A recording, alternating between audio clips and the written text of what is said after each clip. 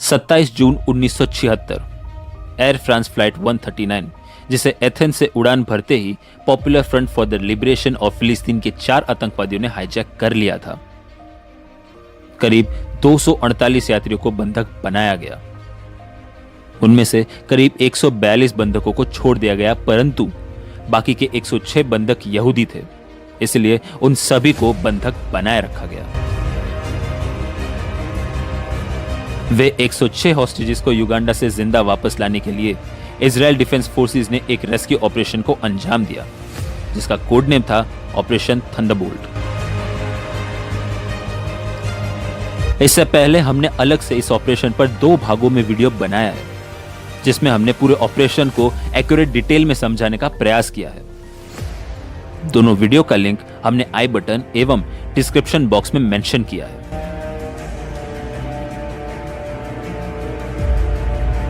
Israel defence forces के Sairat मटकल elite unit ने Uganda के धरती से 103 हॉस्टेजेस को जिंदा वापस लाने का साहसिक कार्य किया। इस ऑपरेशन में कैजुअलिटी भी हुई। 3 हॉस्टेज और operation commander lieutenant कॉलोनल Yonatan Netanyahu ने अपने प्राण गंवाए। लेफ्टिनेंट कॉलोनल योनाथन नेतन्याहू, जो इजराइल के पूर्व प्रधानमंत्री बेंजामिन नेतन्याहू के बड़े भाई थे। योनाथन नेतन्याहू की वीरता को आज भी दुनिया उत्तम सिपाही का उदाहरण मानती है। ऑपरेशन थंडरबोल्ट में सभी हाईजैकर्स को मार तो दिया गया, परंतु इस षड्यंत्र का कर्ता धर्ता अभी भी जिंदा और बड़े आराम से इराक में जी रहा था। इराकी फोर्सेस और इंटेलिजेंस की छत्रछाया में रह रहा यह टेरर मास्टरमाइंड का नाम वादी हदाद, जिसका कोड नेम अबू हानी था। वादी हदाद, जिसका एयर फ्रांस फ्लाइट 139 को हाईजैक करने का एक ही हेतु था, और वो था इजराइल के यहूदियों को नुकसान पहुंचाना। बस यही हरकत ने इजराइल को याद दिलाया होलोकॉस्ट की, जिसमें अडोल्फ हिटलर के इशारे पर चुन चुनकर मासूम यहूदियों को मौत के घाट उतारा गया। वादी हदाद को जिंदा रहने का कोई अधिकार नहीं, ऐसा विचार इजराइल डिफेंस फोर्स के मन में दिन रात चलने लगा। वादी हदाद को जान से मारना अब उनकी प्राथमिकता बन चुकी थी। वादी हदाद इजराइल के पहुंच से बहुत दूर इराक में रह रहा था। इराक आर्मी की कड़ी सुरक्षा में रह रहा वादी हदाद इजराइल के नागरिकों को अपना अगला शिकार बनाने की योजना में लगा था। उसे इराक में घुसकर मारना इजराइल के लिए ना के बराबर था, क्योंकि उन दिनों इराक अरब के जगत में शक्तिशाली देश बनकर उभर रहा था। इजराइल अपने एलिट यूनिट को उसे मारने का काम दे भी दे, परंतु उन सभी कमांडोज का इराकी धरती से वापस जिंदा लौटकर आना असंभव था। वादी हदाद को उस चक्रव्यूह में घुसकर मारने का काम इजराइल के इंटेलिजेंस डिपार्टमेंट मोसाद को मिला। क्या मोसाद के एजेंट्स वादी हदाद को मारकर जिंदा लौटकर वापस आ पाएंगे, या फिर इराकी आर्मी या इंटेलिजेंस का निशाना बनकर मारे जाएंगे? जानने के लिए देखिए आज के एस्पिनाज वीडियो को।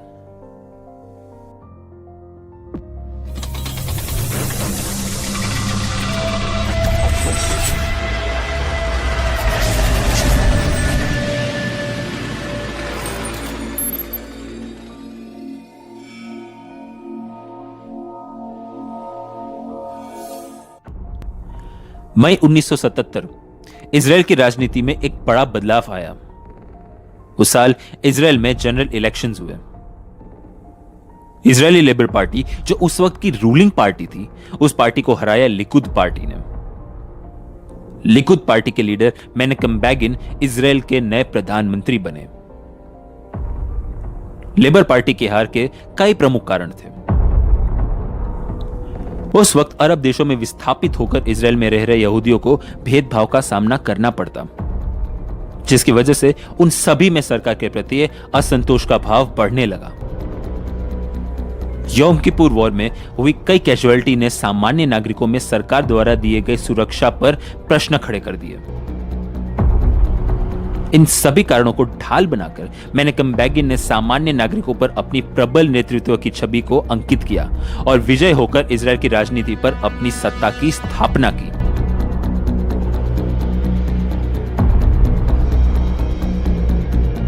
मेनेकम बेगिन के सत्ता में आते ही राष्ट्रीय स्तर से अंतर्राष्ट्रीय स्तर तक हलचल मचने लगी। सारी सी बात है, जब किसी नए सत्ता का आगमन हो तो बदलाव आते ही हैं। बदलाव सही हो या गलत वो बात की बात थी, परंतु मेनेकम बेगिन का अगला कदम क्या होने वाला था इस पर सबकी नजर थी। अंतरराष्ट्रीय नेताओं के सामने मेनेकम बेगिन की छवि एक अति कट्टर और अरब के प्रति घृणा करने वाले नेता की थी। इजराइल के इंटेलिजेंस एजेंसी शीन बेट चीफ अवराम अवितोव और मोसाद चीफ इत्जाक हॉफी को लगने लगा कि मेनेकम के आते ही उन्हें उनके पोस्ट से निकाल दिया जाएगा, परंतु सब उल्टा ही हुआ। वर्ष 1978 कैंप डेविड पर आयोजित एक समिट में मेनेकम की मुलाकात यूएस प्रेसिडेंट जिमी कार्टर और इजिप्ट के प्रेसिडेंट अनवर सदात से हुई। मेनेकम और अनवर सदात ने इजराइल इजिप्ट के बीच मैत्री संबंध को बढ़ावा देने की बात कही। आर्मी विड्रॉल और एक दूसरे के देश में टूरिज्म को बढ़ावा देने की भी बात कही। मेनेकम बेगिन और मोसाद चीफ इत्जाक हॉफी के बीच मीटिंग हुई। मेनेकम की इच्छा थी कि मोसाद नाजी वॉर क्रिमिनल्स के खिलाफ लार्ज स्केल ऑपरेशन एग्जीक्यूट करे। वह लाखों यहूदियों की मौत का बदला लेना चाहते थे। इत्जाक हॉफी ने बड़े सहजता से मेनेकम को समझाते हुए कहा कि वह इजराइल पर आज और आने वाले समस्याओं पर काम करना चाहते हैं, क्योंकि बीते हुए कल पर ध्यान देने का वक्त अभी सही नहीं था। इजराइल में रह रहे यहूदियों पर अरब देशों और आतंकी संगठन लगातार हमला किए जा रहे थे और उन सभी को सुरक्षा प्रदान करने के लिए आज के शत्रुओं को मारने की आवश्यकता थी। मेनेकम ने आखिर में इत्जाक हॉफी की बात मान ली। वक्त के साथ साथ इजराइल के दुश्मन अंतर्राष्ट्रीय मंच के जरिए अपनी ताकत को बढ़ा रहे थे।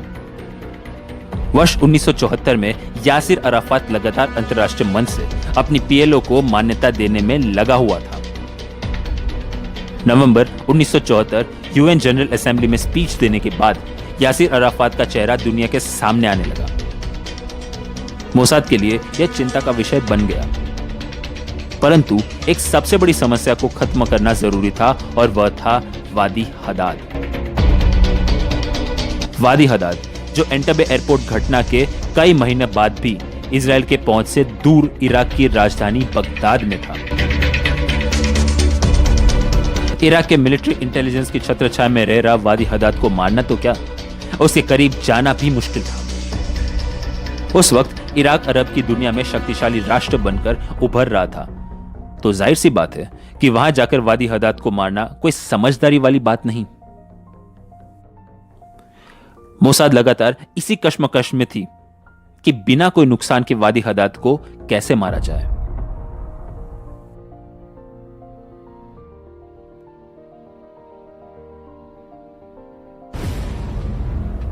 वादी हदाद का जन्म वर्ष 1927 फिलिस्तीन के ख्रिस्ती परिवार में हुआ।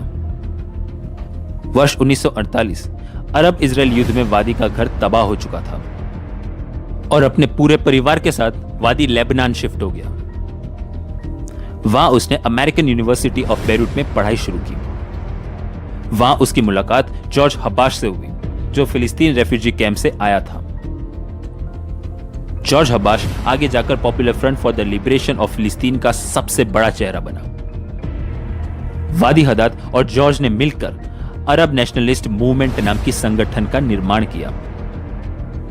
इस संगठन का मकसद था फिलिस्तीन देश का पूर्ण निर्माण और सभी अरब देशों को एकजुट करके इजराइल को नेस्तनाबूद करना। ग्रेजुएशन पूरे करने के बाद जॉर्डन में राजधानी अमान में शिफ्ट हुए और वहां अपनी क्लिनिक चालू की। वादी ने कई दफा United Nations relief and works agency के लिए फिलिस्तीन रेफ्यूजी कैंप में काम किया।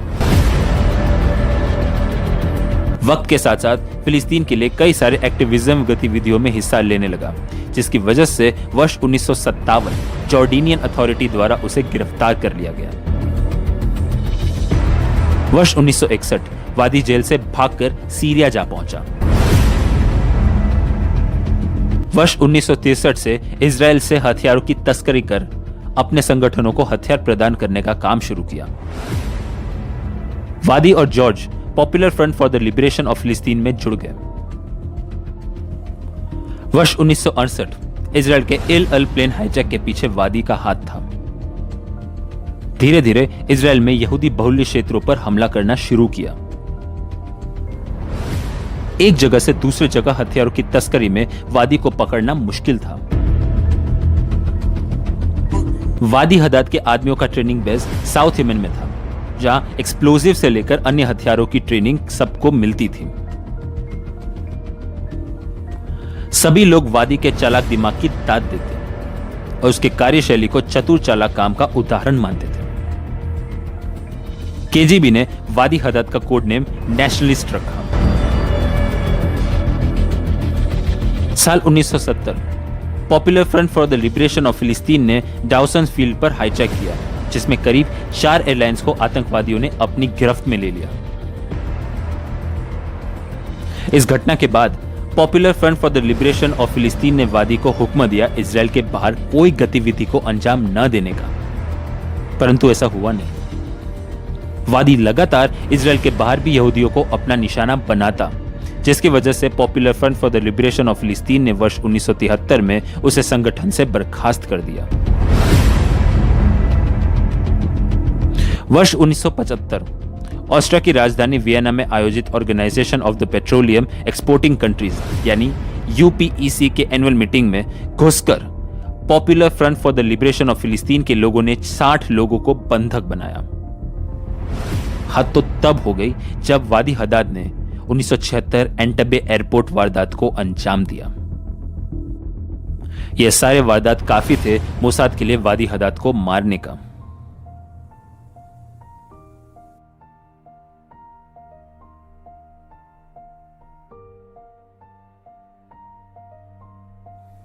ऑपरेशन थंडरबोल्ट के बाद वादी हदाद समझ चुका था कि मोसाद अब उसके पीछे पड़ जाएगी और ढूंढकर मार देगी।